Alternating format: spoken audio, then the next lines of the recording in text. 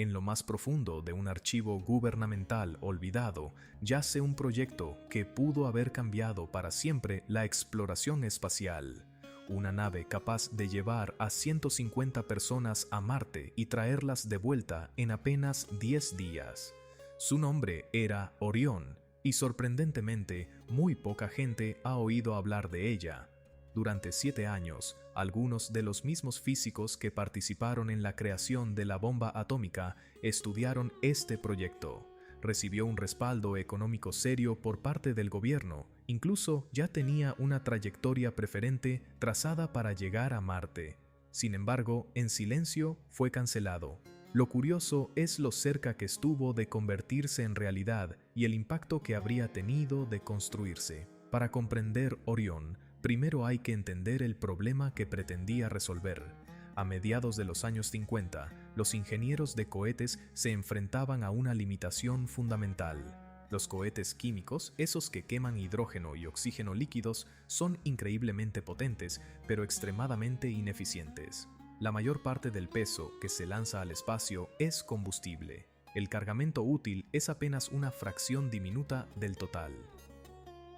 Por ejemplo, cuando la NASA lanzó el Apolo rumbo a la Luna, solo alrededor del 5% del vehículo era realmente útil para la misión. Esto funcionaba para la Luna, que está relativamente cerca, pero Marte está a años luz de distancia en comparación.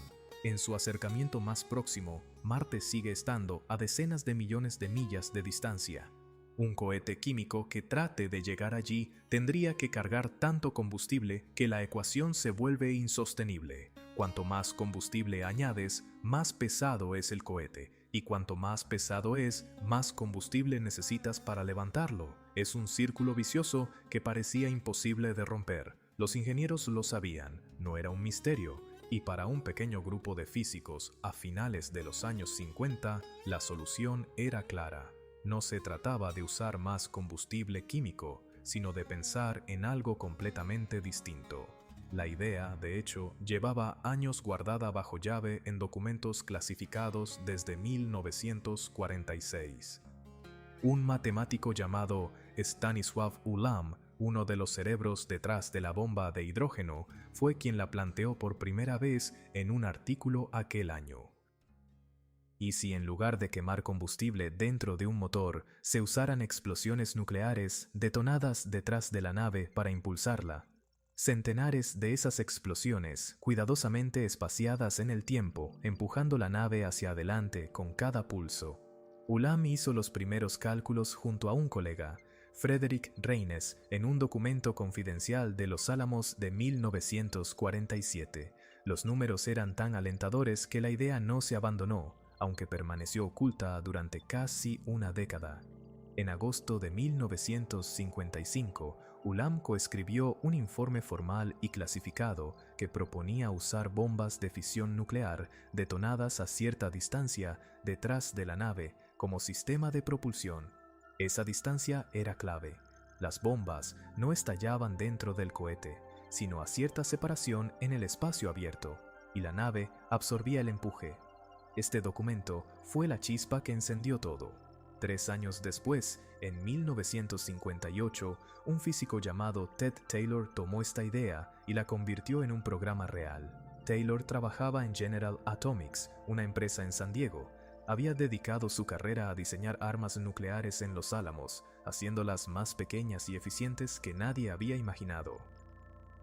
Tenía un tipo de mente muy concreta. Pensaba en objetos físicos más que en ecuaciones abstractas, y lo que vio en la idea de Ulam fue una nave capaz de ir a cualquier parte. En julio de 1958, la Advanced Research Projects Agency, conocida hoy como DARPA, aceptó financiar el proyecto con $1 millón anuales. Fue entonces cuando nació el nombre, Proyecto Orión.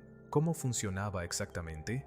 La nave llevaría una gran cantidad de lo que llamaban unidades de pulso, pequeños dispositivos nucleares, en esencia bombas atómicas almacenadas en el interior, un sistema mecánico similar al mecanismo de una máquina expendedora. De hecho, la compañía Coca-Cola asesoró en su diseño, expulsaría estas bombas una a una. Cada unidad sería lanzada por un hueco en la parte inferior de la nave y viajaría entre 20 y 30 metros detrás antes de detonar. Debajo del vehículo había una gruesa placa de acero, conocida como la placa empujadora. Cuando la bomba explotaba, generaba una onda rápida de plasma y radiación que golpeaba esta placa, produciendo un empuje masivo e instantáneo. La placa estaba conectada al resto de la nave mediante un sistema de amortiguadores gigantes. Estos amortiguadores suavizaban el impacto, transformando lo que sería un golpe brutal en una aceleración continua y manejable. La tripulación, sentada encima de estos amortiguadores, sentiría entre 2 y 4 veces la gravedad normal. No sería cómodo, pero sí soportable, y este proceso se repetiría aproximadamente una vez por segundo. Cada detonación daba un nuevo impulso, acelerando la nave poco a poco. El combustible nuclear contenía una cantidad de energía por unidad de masa muchísimo mayor que el químico, aproximadamente 1.000.000 de veces más. Por eso, la nave no necesitaría cargar grandes cantidades de propulsante para recorrer distancias mucho mayores. Aquí entra en juego la magnitud que los ingenieros llaman impulso específico, una medida de la eficiencia con que un sistema de propulsión utiliza su combustible. Un cohete químico bueno alcanza unos 450 segundos de impulso específico.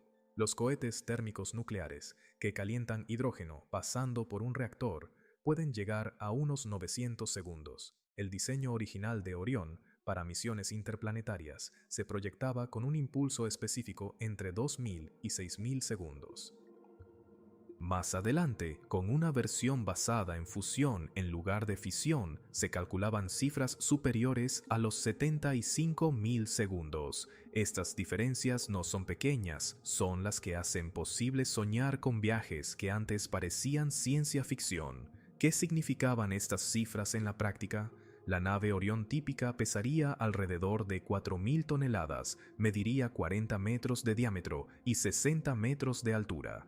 Para alcanzar la órbita desde Tierra necesitaría unas 800 unidades de pulso. Después tendría capacidad para transportar hasta 800 toneladas de carga útil en un viaje de ida y vuelta a Marte. Para ponerlo en perspectiva, el Saturno V, el cohete más potente que se ha volado, solo podía enviar aproximadamente 2 toneladas a la superficie lunar, no a Marte. Esta diferencia se reflejaba en los planes de misión. La NASA diseñó un perfil para el viaje a Marte con Orión que contemplaba una tripulación de 8 astronautas y una duración total de 125 días en el viaje de ida y vuelta. El coste estimado de desarrollo rondaba los $1.500 millones, similar al programa Apolo, que envió a 12 personas a la Luna, pero nunca más allá. Con Orión, 8 personas podrían haber ido a Marte y regresado en poco más de 4 meses, mientras que muchas propuestas actuales de misiones a Marte contemplan viajes de ida de al menos 9 meses, sin contar el regreso. Lo que hacía posible esta hazaña no era la eficiencia convencional, sino la energía bruta y abundante, casi temeraria, que proporcionaban las explosiones nucleares. La nave no tenía que seguir las trayectorias curvas y lentas que exigen los cohetes químicos para ahorrar combustible. Podía trazar una línea casi recta, la ruta más rápida entre 2 planetas. Esto hacía que Orión fuera un diseño revolucionario, pero también muy polémico. Algunos detalles técnicos merecen especial atención. La placa empujadora era el componente más crucial de toda la nave, ya que debía soportar repetidamente la fuerza de explosiones nucleares situadas a 25 metros de distancia. Aunque pueda parecer imposible, existe una explicación. Cuando una bomba atómica detona, su onda expansiva viaja a velocidades increíbles, alrededor de 2.500.000 millas por hora. Esa onda llega a la placa y la empuja antes de que el calor pueda dañarla seriamente. Es contraintuitivo, porque solemos pensar que el calor es el mayor peligro en una explosión, pero en estos tiempos tan breves, medidos en microsegundos, la onda de choque actúa primero. El equipo de Orión confirmó esto con experimentos reales durante pruebas nucleares en el atolón de Enewetak. Suspendieron esferas de acero recubiertas con grafito cerca de las explosiones y observaron que las esferas resistían. La capa superficial de grafito se desgastaba, pero el acero permanecía intacto. Esto les enseñó que la placa no necesitaba aguantar toda la energía térmica, solo el impacto inicial. Además, descubrieron que si aplicaban una fina capa de aceite o grasa entre detonaciones, el desgaste superficial prácticamente desaparecía. El diseño de la placa también evolucionó. Debía ser más gruesa en el centro y más delgada hacia los bordes para evitar tensiones que rompieran el material. Pruebas con placas de aluminio uniformes mostraron que las ondas de choque generaban tensiones desiguales que las hacían estallar. El diseño en forma de cuña corregía este problema, algo que verificaron con explosivos químicos en San Diego. El sistema de amortiguación fue otro gran desafío. La primera idea utilizaba bolsas neumáticas inflables entre la placa y la estructura de la nave, pero si una bomba fallaba al detonar, la placa rebotaría y podría romper estas bolsas. Finalmente optaron por un sistema de 2 etapas, con resortes mecánicos y pistones de gas, afinados para la frecuencia de las detonaciones, capaz incluso de tolerar fallos completos y reiniciarse sin problemas. Las propias bombas, las unidades de pulso, también supusieron un reto. Debían ser lo suficientemente pequeñas para ser manipuladas mecánicamente, lo bastante resistentes para ser expulsadas a gran velocidad y diseñadas para dirigir la mayor parte de su energía hacia la placa empujadora, en vez de dispersarse en todas direcciones. Para lograrlo, desarrollaron lo que llamaron una carga nuclear moldeada, una geometría especial que enfocaba la explosión. Una placa plana de tungsteno era evaporada por la detonación y transformada en una onda de plasma con forma de puro, dirigida directamente a la placa. Este enfoque permitía un uso eficaz de la energía, ya que una explosión esférica desperdicia mucha fuerza, mientras que una dirigida la aprovecha al máximo. Cada unidad pesaba poco más de 300 libras y cabía en un contenedor de apenas 6 pulgadas de diámetro, lo suficientemente pequeño para ser manejado por maquinaria basada en sistemas de máquinas expendedoras. El plasma generado por cada detonación, al llegar a la placa situada a 25 metros, alcanzaba temperaturas cercanas a los 14.000 grados centígrados y se recalentaba a unos 67.000 grados al impactar. A esas temperaturas emitía luz ultravioleta que no se transmite fácilmente a través de la mayoría de plasmas, ayudando a proteger la placa de un calentamiento excesivo. Todos estos detalles fueron pulidos entre 1958 y 1964 mediante experimentos reales, vuelos a escala, generadores de plasma y pruebas con bolas de fuego nucleares, junto con mediciones precisas en materiales expuestos a detonaciones auténticas. No era una teoría, era ingeniería aplicada de verdad. El encargado de liderar este proyecto en General Atomics fue Ted Taylor, un físico con una visión muy clara de lo que Orión podía lograr. Ted Taylor fue la mente maestra encargada de llevar adelante el proyecto Orion en General Atomics, un físico brillante y con una visión clara sobre el potencial de esta nave. Taylor no era un desconocido en el mundo de la física nuclear. Había sido uno de los diseñadores de bombas más innovadores en Los Álamos, logrando hacer que las armas nucleares fueran más pequeñas y eficientes de lo que nadie había imaginado hasta entonces. A petición de Taylor, Freeman Dyson, uno de los físicos teóricos más respetados del siglo XX, dejó durante un año sus labores en el Instituto de Estudios Avanzados de Princeton para colaborar en Orion. Dyson recordaría después que los 18 meses que pasó trabajando en California en este proyecto fueron algunos de los más felices de su vida. El equipo también contaba con Stanisław Ulam, quien había ideado el concepto original, y con el respaldo del ingeniero Werner von Braun, quien luego lideraría el programa Saturno V. Von Braun, al principio escéptico, asistió a una presentación de Taylor con los ojos cerrados, lo que hizo pensar al físico que estaba dormido. Sin embargo, cuando vio las pruebas en vídeo de los prototipos de Orion, pequeñas naves impulsadas por explosivos químicos que se elevaban al cielo, se incorporó de inmediato y se convirtió en un defensor entusiasta del proyecto. No fue un grupo de soñadores al margen de la ciencia, sino las mismas personas que habían construido la bomba atómica, diseñado el Saturno V y cimentado las bases de la física nuclear moderna. Figuras como Niels Bohr, Hans Bethe y Harold Urey apoyaban la iniciativa. Más tarde, Carl Sagan incluso sugirió que Orion sería una forma excelente de dar uso pacífico a los arsenales nucleares existentes. La creencia no era una fantasía, sino un análisis técnico riguroso. Orion era viable. Su lema interno lo decía todo: Marte para 1965, Saturno para 1970. Para hacerse una idea de la magnitud del proyecto, el diseño más pequeño considerado viable, llamado vehículo de prueba orbital, pesaba 880 toneladas, medía 25 metros de diámetro y 36 metros de altura, y podía transportar 300 toneladas a órbita baja terrestre.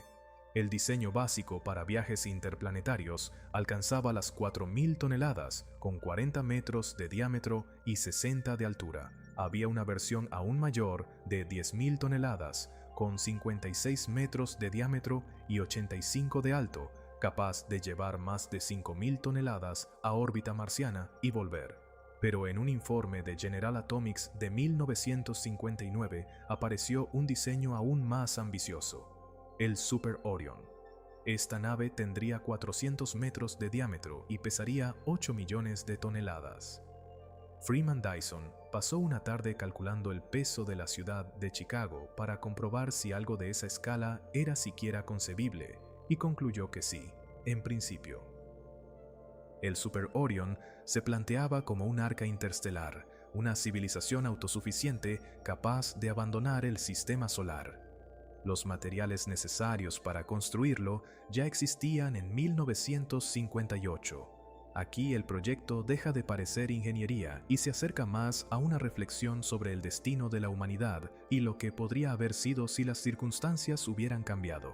Sin embargo, el gran obstáculo nunca superado fue el lanzamiento desde Tierra, ya que implicaba detonaciones nucleares en la atmósfera y, por tanto, la generación de contaminación radiactiva. Dyson calculó que cada lanzamiento desde la Tierra produciría entre 1/10 parte y un cáncer letal debido a la lluvia radiactiva, basándose en un modelo sin umbral, el mismo método que se emplea para estimar muertes estadísticas en otras industrias. Aunque no era un número despreciable, tampoco era una cifra alarmante en el contexto de las pruebas nucleares masivas que se realizaban entonces. Taylor confiaba en que con el diseño correcto de las bombas, que maximizara la fusión y minimizara la fisión, la contaminación podría reducirse hasta en un factor de 10 o incluso eliminarse por completo, pero eso requería un explosivo de fusión pura, un tipo de detonación que en 1964 aún no existía. Ante este problema, el equipo propuso alternativas: lanzar desde lugares remotos, desde el océano, o usar cohetes convencionales para colocar a Orion en órbita antes de activar su sistema de propulsión por pulsos nucleares en el espacio. De hecho, se sugirió usar la etapa superior del Saturno V para poner la nave en órbita sin detonaciones nucleares atmosféricas. Pero esto generaba otro problema.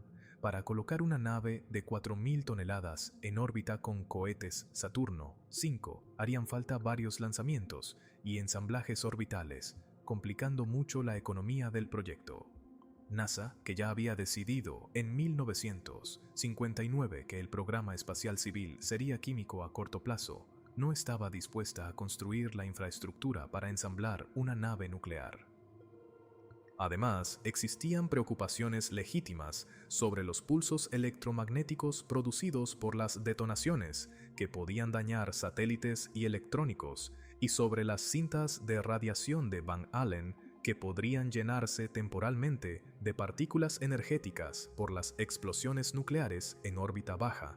Estos eran problemas reales, pero de índole técnica, no imposibles de resolver. Algunos tenían soluciones propuestas, otros no, pero ninguno era insuperable. Sin embargo, el proyecto fue cancelado en 1964. La causa inmediata fue el Tratado de Prohibición Parcial de Pruebas Nucleares, firmado el 5 de agosto de 1963 por Estados Unidos, Reino Unido y la Unión Soviética, que prohibía detonaciones nucleares salvo las subterráneas. Orion dependía de explosiones nucleares en la atmósfera o el espacio, por lo que quedó ilegal bajo el derecho internacional. Hubo intentos de incluir una excepción para usos pacíficos en el espacio, pero las preocupaciones soviéticas sobre aplicaciones militares lo impidieron. También influyeron otros factores.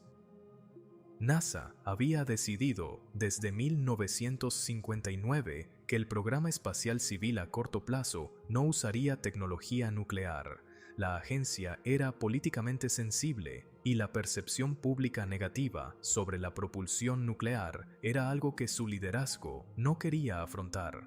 Además, muchos ingenieros de NASA, formados en cohetes químicos, se oponían abiertamente a la propulsión nuclear.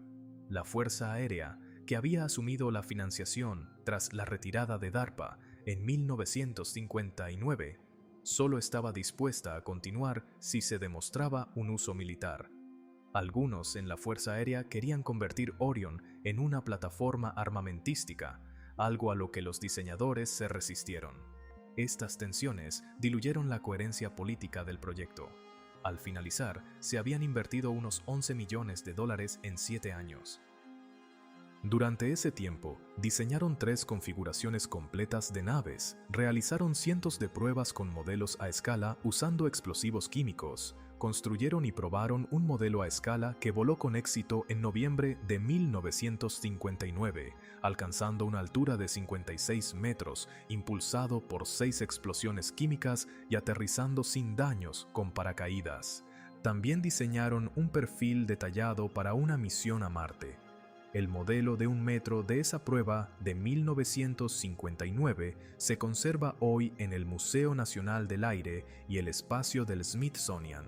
El modelo de madera a escala real de 26 centímetros de altura está en el centro Stephen F. Udvar Hazy, en Virginia. Dyson afirmó después que la cancelación de Orion fue, en su opinión, la primera vez en la historia moderna en que una gran expansión tecnológica humana fue suprimida por razones políticas. Sin embargo, con los años revisó esa opinión. Para los 70 se preocupaba más por el problema de la contaminación radiactiva y dudaba de que Orion fuera el camino correcto. En retrospectiva, escribió que no le gustaría viajar en una nave que dejara escombros radiactivos sobre los pasajeros del nave espacial Tierra. Por su parte, Ted Taylor dedicó el resto de su vida a trabajar en salvaguardas para materiales nucleares, buscando evitar que las armas que había ayudado a hacer más pequeñas y eficientes pudieran ser mal utilizadas, pero nunca dejó de soñar con las estrellas. Orion no desapareció del todo, las ideas que generó siguieron evolucionando. En 1968, Dyson publicó un artículo en la revista Physics Today titulado Transporte Interestelar, donde extendía el concepto Orion a distancias interestelares, sustituyendo las bombas de fisión por explosiones de fusión deuterio de 1 megatón. Sus cálculos mostraban que una nave Orion, diseñada con un diámetro de 100 metros y masa de 100.000 toneladas, podría alcanzar el 1% de la velocidad de la luz y, acelerando a una gravedad estándar, conseguir esa velocidad en unos 10 días. 10 días de aceleración para alcanzar velocidades nunca antes tocadas por ninguna nave humana. Entre 1973 y 74, la British Interplanetary Society desarrolló el proyecto Dédalo, una sonda robótica interestelar pensada para llegar a la estrella de Barnard al 12% de la velocidad de la luz usando microexplosiones de fusión en lugar de dispositivos nucleares completos. En 1989, la Marina de Estados Unidos y NASA estudiaron un concepto similar con el proyecto Longshot. Desde 1998, investigadores de la Universidad Estatal de Pensilvania han trabajado en versiones del concepto usando propulsión nuclear por pulsos catalizados con antimateria compacta. Ninguno de estos proyectos se ha construido todavía. Algunos requieren tecnología de fusión que aún no existe, pero todos son trabajos serios realizados por expertos que siguen la línea intelectual iniciada por Taylor, Dyson y Ulam en San Diego en 1958. Hay un último detalle, parcialmente clasificado durante décadas. En los últimos años de Orion, con fondos de la Fuerza Aérea, el equipo exploró modificaciones en el diseño de las unidades de pulso nuclear. Una unidad dirigida que concentrara su plasma en un haz extremadamente estrecho y de alta velocidad en lugar de un empuje amplio sobre la placa propulsora podría funcionar como arma. Este concepto fue bautizado como Casaba Howitzer. Información desclasificada confirma que la idea era real y que el desarrollo continuó después de la cancelación de Orion, aunque la mayoría de los detalles siguen secretos. Lo que se sabe públicamente es que la carga nuclear diseñada para impulsar a Orion a través del sistema solar en otra configuración también podía ser un arma de plasma dirigida capaz de atacar objetivos a distancias similares a las de los láseres de alta potencia. Así pues, ¿qué se puede concluir? En 1958, un pequeño grupo de físicos propuso una nave capaz de llevar 150 personas a Marte y devolverlas en unos 10 días, usando tecnología ya existente. Durante 7 años desarrollaron la ingeniería, construyeron y volaron un modelo funcional y diseñaron un plan detallado de misión. Contaron con el apoyo de algunos de los científicos más destacados del siglo XX. Pero entonces un tratado y una decisión política pusieron fin a todo. Los datos sugieren que la ingeniería básica de Orion era sólida.